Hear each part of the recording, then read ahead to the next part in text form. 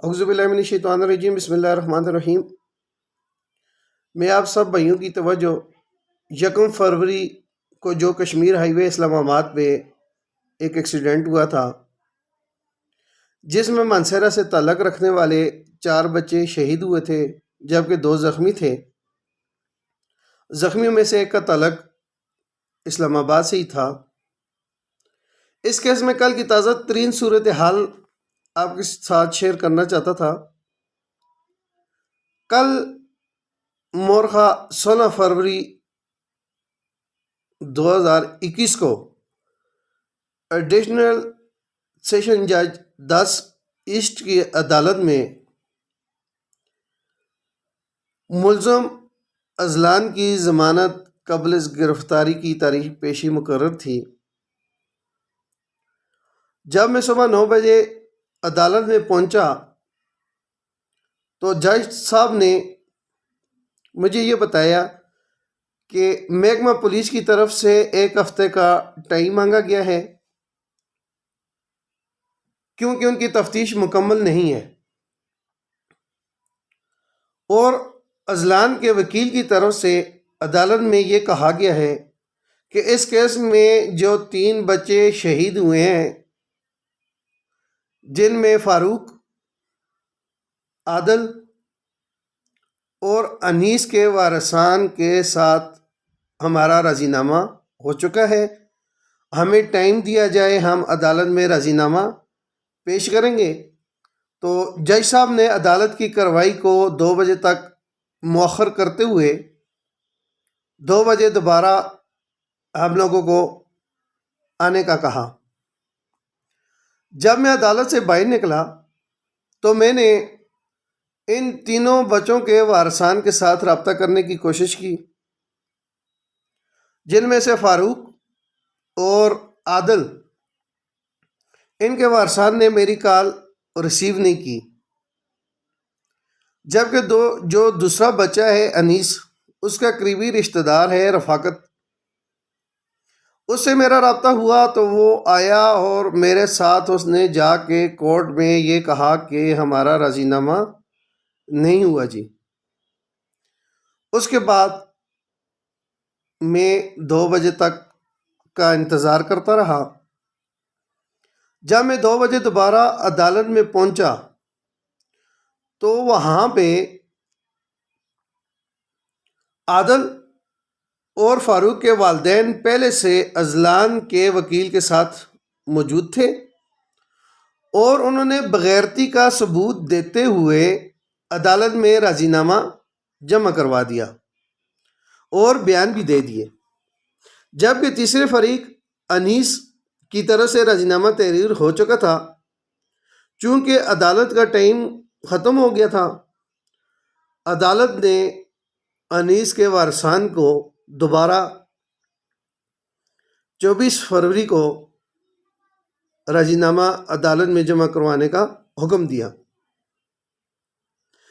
مذکورہ بالا افراد نے انتہائی بغیرتی کا ثبوت دیتے ہوئے ہماری پیٹھ میں چھرا گھونپا ہے، حالانکہ انہوں نے اتنا نہیں سوچا کہ میرا بھائی مجیب الرحمان تو زخمی تھا، میں تو انہی لڑکوں کے لیے لڑ رہا تھا جو میرے بھائی کے دوست تھے۔ اگر انہوں نے راضی نامہ کرنا ہی تھا تو تھوڑا انتظار کر لیتے، اتنی جلدی کیا تھی؟ لیکن میرے خیال میں ان لوگوں نے اتنا پیسہ کب دیکھا ہوگا،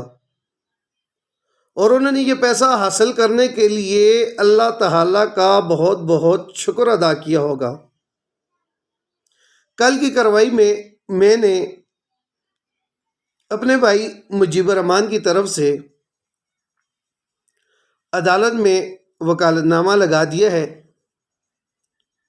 جس میں میرے وکیل صاحب کا نام قاری Abdul Rashid advocate supreme court of Pakistan مقرر ہو چکے ہیں۔ میں اپنے اس ویڈیو بیان میں راضی نامہ کرنے والے تینوں افراد کو یہ ضرور بتانا چاہوں گا کہ آپ نے اسٹامپ پیپر کی شک نمبر 3 میں واضح لکھا ہے کہ گاڑی کو اذلان نہیں بلکہ ڈرائیور فیض اللہ چلا رہا تھا۔ آپ لوگوں نے یہاں شیطانیت، فرعونیت اور انتہائی کمینگی کا مظاہرہ کرتے ہوئے ہمارے کیس کو خراب کرنے کی بھرپور کوشش کی ہے۔ یقیناً آپ لوگوں کے اس فعل کی وجہ سے آپ کے شہید ہونے والے بچوں کی روح ضرور کانپی ہوگی۔ میں آج مورخہ 17 فروری 2021 بروز بدھ کو اپنے پورو ہوش و حواس کے ساتھ اپنی اور اپنے خاندان کی طرف سے آپ لوگوں سے ہر قسم کا تعلق ختم کرتا ہوں، اور ساتھ ساتھ آپ کو یہ بھی بتانا ضروری سمجھتا ہوں، اسٹامپ پیپر کی شک نمبر 3 کو کیس ٹرائل میں ٹارگٹ میں رکھتے ہوئے انشاءاللہ آپ لوگوں کو میں اسلام آباد کی عدالتوں میں گھسیٹوں گا، آپ کو سکون سے بیٹھنے نہیں دوں گا۔ آپ نے جو کرنا تھا کر دیا، اب آپ میری باری کا انتظار کریں،